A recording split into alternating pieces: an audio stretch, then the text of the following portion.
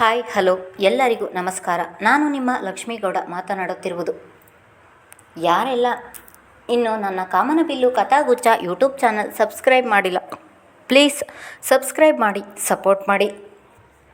ಹಾಗೆ ನನ್ನ ಕತೆ ನಿಮಗೆಲ್ಲರಿಗೂ ಇಷ್ಟ ಆದರೆ ಕಮೆಂಟ್ ಮಾಡಿ, ಶೇರ್ ಮಾಡಿ. ಬಾಂಧವ್ಯದ ಬಾನಾಡಿಗಳು ಮುಂದುವರೆದ ಸಂಚಿಕೆ. ಚಿನ್ನು, ಯಾಕೋ ಒಂಥರ ಇದೆಯಾ? ಏನಾಯಿತು? ಏನೂ ಆಗಿಲ್ಲ ಅಣ್ಣ, ಚೆನ್ನಾಗಿದ್ದೀನಿ. ನಿನ್ನನ್ನು ನಾನು ಇವತ್ತಿಂದ ನೋಡುತ್ತಿಲ್ಲ. ನೀನು ಹುಟ್ಟಿದ ದಿನದಿಂದ ನಿನ್ನ ನೋಡಿಕೊಂಡು ಬಂದಿದ್ದೀನಿ.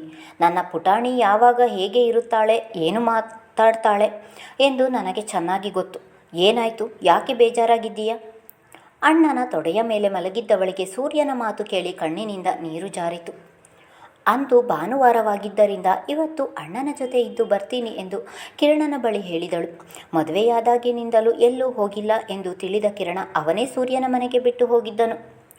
ಅಣ್ಣನ ಮನೆಗೆ ಬಂದವಳು ಮನೆ ಸ್ವಚ್ಛ ಮಾಡಿ ಅಣ್ಣನ ಬಟ್ಟೆ ತೊಳೆದು ಅಡಿಗೆ ಮಾಡಿಟ್ಟು ಎಲ್ಲ ಕೆಲಸ ಮಾಡಿದವಳು ದಿವಾನ್ ಮೇಲೆ ಕುಳಿತ ಸೂರ್ಯನ ತೊಡೆ ಮೇಲೆ ಮೌನವಾಗಿ ಬಂದು ಮಲಗಿದ ತಂಗಿಯನ್ನು ನೋಡಿ ಅವಳು ಬೇಜಾರಾಗಿದ್ದಾಳೆ ಎಂದು ಅವನ ಮನ ಬೇಗ ಗ್ರಹಿಸಿತು. ತನ್ನನ್ನು ನನಗಿಂತಲೂ ಚೆನ್ನಾಗಿ ಅರಿತಿದ್ದಾನೆ ನನ್ನ ಅಣ್ಣ ಎಂದು ಯೋಚಿಸಿದವಳ ಕಣ್ಣಲ್ಲಿ ನೀರು ಇಳಿಯಿತು. ಚಿನ್ನು, ಅಳ್ತಿದ್ದೀಯಾ? ಈಗ ಅಳುವಂಥದ್ದು ಏನಾಯಿತು ಎಂದನು ಗಂಭೀರವಾಗಿ.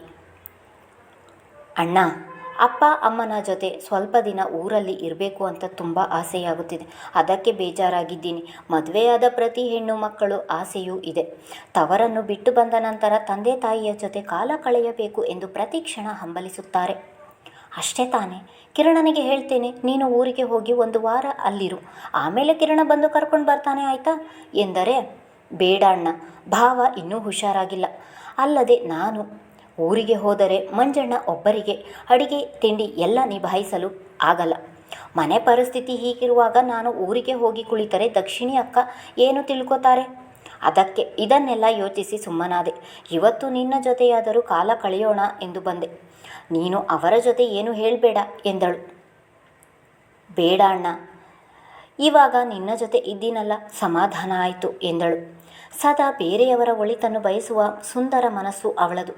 ತನ್ನ ಆಸೆ ಏನೇ ಇದ್ದರೂ ಕುಟುಂಬಕ್ಕೋಸ್ಕರ ಎಲ್ಲ ಆಸೆಯನ್ನು ಮುಚ್ಚಿಡುತ್ತಾಳೆ. ನೀನು ಎಷ್ಟೇ ಚಿಕ್ಕವಳಾದರೂ ಗುಣದಲ್ಲಿ ತುಂಬ ದೊಡ್ಡವಳು. ನಿನಗೆ ಈ ಸಂಸ್ಕಾರ ನಿನ್ನ ಅಣ್ಣನಿಂದ ಬಂದಂತಹ ಬಳುವಳಿ. ನೀನು ನನಗೆ ಸಿಕ್ಕಿದ್ದು ಆ ದೇವರು ಕಳಿಸಿದ ಉಡುಗೊರೆ ಚಿನ್ನು. ಮನೆಯ ಮುಂದೆ ಅಣ್ಣ ತಂಗಿ ಮಾತು ಕೇಳಿದವನ ಮನದಲ್ಲಿ ಪದಗಳು ಮೂಡಿದವು. ನೀನು ಹೇಳುವುದು ಸರಿ ಚಿನ್ನು. ನಿನ್ನ ಆಸೆಗೋಸ್ಕರನಾದರೂ ಕಿರಣನ ಜೊತೆಯಲ್ಲಿ 1 ದಿನದ ಮಟ್ಟಿಗೆ ಹೋಗಿ ಬನ್ನಿ. ಎಷ್ಟೇ ಆದರೂ ತಂಗಿ ನೋವು ಪಡುವುದನ್ನು ಸಹಿಸದೆ ಹೇಳಿದನು. ಸದ್ಯಕ್ಕೆ ಇವಾಗ ಬೇಡ ಅಣ್ಣ, ಇವಾಗ ನಿನ್ನ ಜೊತೆ ಇದ್ದೀನಲ್ಲ, ಸ್ವಲ್ಪ ಸಮಾಧಾನ ಆಯಿತು ಎಂದು ಹೇಳುವಷ್ಟರಲ್ಲಿ ಕಿರಣ ಒಳಗೆ ಬಂದಿದ್ದನು. ಏನು ಸಮಾಧಾನ ಆಯಿತು ಚಿನ್ನು ಎಂದನು ನಗುತ್ತ. ನಾವು ಮಾತನಾಡಿದ್ದನ್ನು ಕೇಳಿಸಿಕೊಂಡ್ರಾ ಹೇಗೆ ಎಂದು ಯೋಚಿಸಿದವಳು, ಅಣ್ಣನ ತೊಡೆಯ ಮೇಲೆ ಮಲಗಿದ್ದು ಸಮಾಧಾನ ಆಯಿತು ಎಂದು ಅಣ್ಣನ ತೊಡೆಯ ಮೇಲೆ ಮಲಗಿದ್ದವಳು ಎದ್ದು ಕುಳಿತಳು. ನನ್ನ ತೊಡೆಯ ಮೇಲೆ ಮಲಗಬಹುದಿತ್ತಪ್ಪ, ನಾನೇನು ಬೇಡ ಅಂತಿದ್ನ? ಇಲ್ವಲ್ಲ? ಅದೇ ನಗುವಿನಿಂದ ಹೇಳಿ ಕಣ್ಣು ಹೊಡೆದನು. ಆಯಾ ಸಂಬಂಧಕ್ಕೆ ಅದರದ್ದೇ ಆದ ಬೆಲೆ ಇರುತ್ತದೆ. ನಿಮ್ಮ ತೊಡೆಯ ಮೇಲೆ ಮಲಗಲ್ಲ ಅಂತ ನಾನು ಹೇಳಲಿಲ್ಲವಲ್ಲ, ಆದರೆ ಅಣ್ಣನ ಮಡಿಲಿನಲ್ಲಿ ಮಲಗಿದರೆ ಅಮ್ಮನ ಮಡಿಲಿನಲ್ಲಿ ಮಲಗಿದ ಹಾಗೆ ತೃಪ್ತಿಯಾಗುತ್ತದೆ, ಅದಕ್ಕೆ ಮಲಗಿದೆ ಎಂದಳು. ಸೂರ್ಯ ಬಿಟ್ಟ ಕಣ್ಣು ಬಿಟ್ಟ ಹಾಗೆ ಅಚ್ಚರಿಯ ನೋಟ ಬೆರೆಸಿ ತಂಗಿಯನ್ನು ನೋಡುತ್ತಿದ್ದನು. ಸೂರ್ಯ ಅವಳನ್ನೇ ನೋಡುತ್ತಿರುವುದನ್ನು ನೋಡಿದ ಕಿರಣ, ನನ್ನ ಹೆಂಡತಿಯನ್ನು ಹಾಗೆ ನೋಡಬೇಡ ಸೂರ್ಯ, ಆಮೇಲೆ ದೃಷ್ಟಿ ತೆಗೆಯುವವರು ಯಾರೂ ಇಲ್ಲ ಎಂದು ಛೇಡಿಸಿದನು. ನನ್ನ ಅಣ್ಣ ನೋಡಿದರೆ ಎಂಥ ದೃಷ್ಟಿ ಆಗಲ್ಲ. ತಾಯಿಯ ದೃಷ್ಟಿ ಯಾವಾಗಲೂ ಮಕ್ಕಳಿಗೆ ತಾಗುವುದಿಲ್ಲ ಅಂತ ಅಮ್ಮ ಹೇಳಿದ್ದಾರೆ.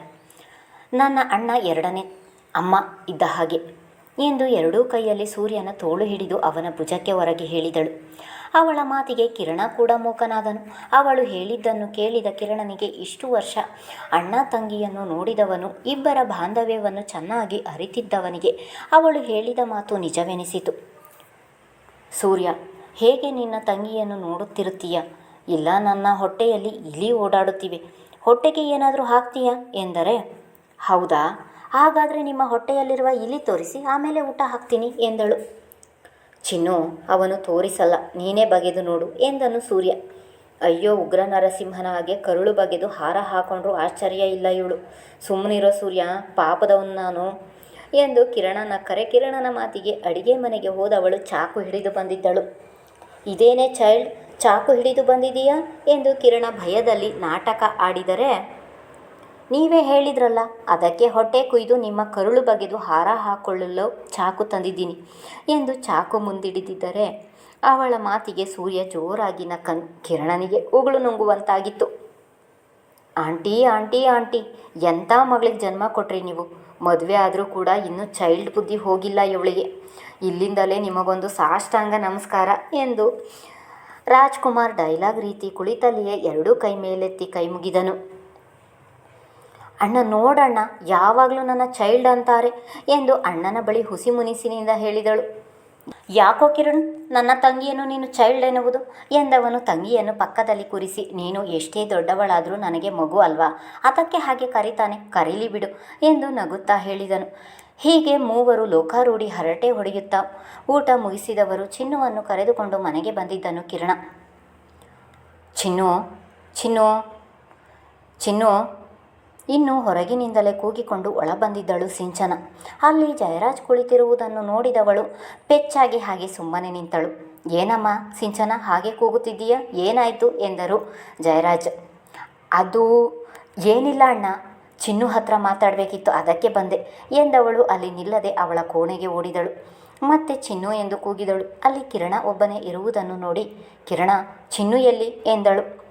ಏನಾಯಿತು ಸಿಂಚನ, ಗಾಬರಿಯಲ್ಲಿ ಕೇಳಿದನು. ಏನಿಲ್ಲ ಕಣೋ, ಚಿನ್ನು ಎಲ್ಲಿ ಎಂದರೆ ವಾಶ್ರೂಮ್ನಲ್ಲಿ ಇದ್ದಾಳೆ, ಬರ್ತಾಳೆ ಇರು ಎಂದರು. ಕೇಳದೆ ಬಚ್ಚಲ ಮನೆಯ ಬಾಗಿಲನ್ನು ಬಡಿದು ಕರೆದಳು. ಚಿನ್ನು ಬಾಗಿಲು ತೆಗೆಯುತ್ತಿದ್ದ ಹಾಗೆ, ಚಿನ್ನು ಬಾ, ನಿನಗೊಂದು ಸರ್ಪ್ರೈಸ್ ಇದೆ ಎಂದು ಅವಳ ಕೈ ಹಿಡಿದು ಎಳೆದರೆ, ನಿಧಾನ ಅಕ್ಕ, ಏನಾಯಿತು ಅದೇನು ಹೇಳಿ ಎಂದಳು. ಹೇಳ್ತೀನಿ ಬಾ ಎಂದು ಅವಳ ಕೈ ಹಿಡಿದು, ಕಿರಣ ನೀನು ಬಾ ಎಂದು ಅವನನ್ನು ಕರೆದು ಚಿನ್ನುವನ್ನು ಕೆಳಗೆ ಕರೆತಂದಳು. ಚಿನ್ನು ಮತ್ತೆ ಏನು ಹೇಳಿ ಅಕ್ಕ ಎಂದರೆ, ಹೇಳಿದರೆ ನಿನಗೆ ಗೊತ್ತಾಗಲ್ಲ, ಹೊರಗೆ ಬಾ ಎಂದು ಅವಳನ್ನು ಹೊಸ್ತಿಲ ಬಳಿ ಕರೆದುಕೊಂಡು ಹೋದವಳು. ಅಲ್ಲಿ ಅವಳ ಕಣ್ಣು ಮುಚ್ಚಿ ಕೈ ಹಿಡಿದು ಕರೆದುಕೊಂಡು ಹೋಗಿ ಕಣ್ಣು ಬಿಟ್ಟಳು ಸಿಂಚನ. ಕಣ್ಣು ಬಿಟ್ಟ ಚಿನ್ನುಗೆ ಅಲ್ಲಿ ಹೊಸದೊಂದು ಹೋಂಡಾ ಆ್ಯಕ್ಟಿವಾ ಬೈಕ್ ನಿಂತಿರುವುದನ್ನು ಕಂಡಿತು. ಹೊಸ ಬೈಕ್, ವಾವ್, ಸೂಪರ್ ಆಗಿದೆ, ನೀವು ತಗೊಂಡ್ರಾ ಅಕ್ಕ ಎಂದು ಖುಷಿಯಲ್ಲಿ ಚಿನ್ನು ಕೇಳಿದಳು.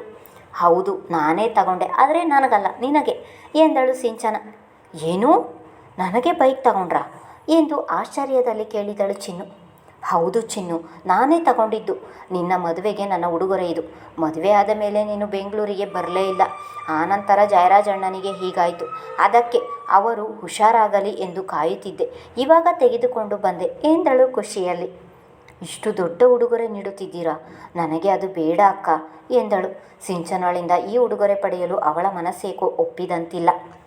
ನಾನು ಇದೆಲ್ಲ ಬೇಡ ಎಂದು ಎಷ್ಟು ಹೇಳಿದರೂ ಕೇಳಲಿಲ್ಲ ಚಿನ್ನು. ಅವಳು ಹಠ ಮಾಡಿ ನಿನಗೆಂದು ಬೈಕ್ ತಗೊಂಡು ಬಂದಿದ್ದಾಳೆ ಎಂದು ಸೂರ್ಯ ಹೇಳಿದರೆ, ಇಷ್ಟರ ತನಕ ತನ್ನ ಅಣ್ಣನ ಕಡೆ ಗಮನ ನೀಡದವಳು ಅಲ್ಲಿಯೇ ನಿಂತಿದ್ದ ಅಣ್ಣನನ್ನು ಈಗ ನೋಡಿದಳು. ಚಿನ್ನು ಮಾತು ಕೇಳಿದ ಸಿಂಚನಾಳಿಗೆ ಇಷ್ಟರ ತನಕ ಇದ್ದ ಉತ್ಸಾಹ ಈಗ ಜರ್ರನೆ ಇಳಿದು ಮುಖ ಕಪ್ಪಿಟ್ಟಂತಾಯಿತು. ಸಿಂಚನ ಬೇಜಾರಾಗಿದ್ದನ್ನು ನೋಡಿದ ಕಿರಣ, ಚಿನ್ನು, ಅವಳು ಅಷ್ಟು ಆಸೆಯಿಂದ ತಂದಿದ್ದಾಳೆ, ಅದನ್ನು ಬೇಡ ಅನ್ನಬೇಡ, ತಗೋ ನೋಡು ಸಿಂಚನ, ಆಗಲೇ ಬೇಜಾರಾಗಿದ್ದಾಳೆ ಎಂದನು. ಕಿರಣನ ಮಾತು ಕೇಳುತ್ತಿದ್ದ ಹಾಗೆ ಸಿಂಚನ ಕಣ್ಣಲ್ಲಿ ಆಗಲೇ ನೀರೂರಿತು. ಸಾರಿ ಅಕ್ಕ, ನೀವು ಇಷ್ಟೊಂದು ಬೇಜಾರಾಗ್ತೀರಾ ಎಂದು ಗೊತ್ತಿರಲಿಲ್ಲ. ಬೈಕ್ ತುಂಬ ಚೆನ್ನಾಗಿದೆ, ನಾನು ಇದನ್ನು ತಗೋತೀನಿ, ಬೇಜಾರಾಗಬೇಡಿ ಎಂದು ಸಿಂಚನಾಳಿಗೆ ಅಪ್ಪಿಗೆಯನ್ನು ನೀಡಿ ಸಮಾಧಾನ ಮಾಡಿದಳು. ಚಿನ್ನು ಚಿನ್ನು ಎದ್ದೇಳು. ಇಷ್ಟು ಬೇಗ ಯಾಕೆ ಏಳಿಸ್ತಿದ್ದೀರಾ? ಇನ್ನೂ ಬೆಳಿಗ್ಗೆ ಆಗಿಲ್ಲ, ನನಗೆ ನಿದ್ದೆ ಬರುತ್ತಿದೆ ಎಂದು ಮತ್ತೆ ಮುಸುಕೊದ್ದು ಮಲಗಿದಳು. ಚಿನ್ನು ನೋಡಿಲ್ಲಿ, ಕಾರಲ್ಲಿ ಮಲಗುವಂತೆ ಬಾ ಎಂದನು ಕಿರಣ. ಏನು ಕಾರಲ್ಲ, ಇಷ್ಟು ಬೆಳಂಬೆಳಗ್ಗೆ ಎಲ್ಲಿಗೆ ಹೋಗ್ತಿದ್ದೀವಿ ಎಂದಳು. ಅದೆಲ್ಲ ಹೇಳಲಾಗುವುದಿಲ್ಲ, ನೀನು ಬಂದರೆ ನಿನಗೊಂದು ಸರ್ಪ್ರೈಸ್ ಇದೆ, ಅಲ್ಲಿ ಹೋದ ಮೇಲೆ ನಿನಗೆ ತಿಳಿಯುತ್ತದೆ. ಈಗ ಬೇಗ ಹೋಗಿ ಸ್ನಾನ ಮಾಡು ಎಂದನು. ನನಗೆ ನಿದ್ದೆ ಬರುತ್ತಿದೆ, ನಾನು ಎಲ್ಲಿಗೂ ಬರುವುದಿಲ್ಲ, ನೀವು ಒಬ್ಬರೇ ಹೋಗಿ ಎಂದು ಮತ್ತೆ ಮಲಗಿದವಳನ್ನು ಬಿಡದೆ ತಾನೇ ಅವಳನ್ನು ಎತ್ತಿಕೊಂಡು ಬಚ್ಚಲ ಮನೆಯಲ್ಲಿ ಇಳಿಸಿ, ಬೇಗ ಸ್ನಾನ ಮಾಡಿ ಬಾ ಎಂದು ಹೊರಗಿನಿಂದ ಚಿಲಕ ಹಾಕಿ ಬಂದನು. ಮುಂದುವರಿಯುವುದು. ಕಿರಣ ಚಿನ್ನುವನ್ನು ಎಲ್ಲಿಗೆ ಕರೆದುಕೊಂಡು ಹೋಗುತ್ತಿರಬಹುದು? ಧನ್ಯವಾದಗಳು.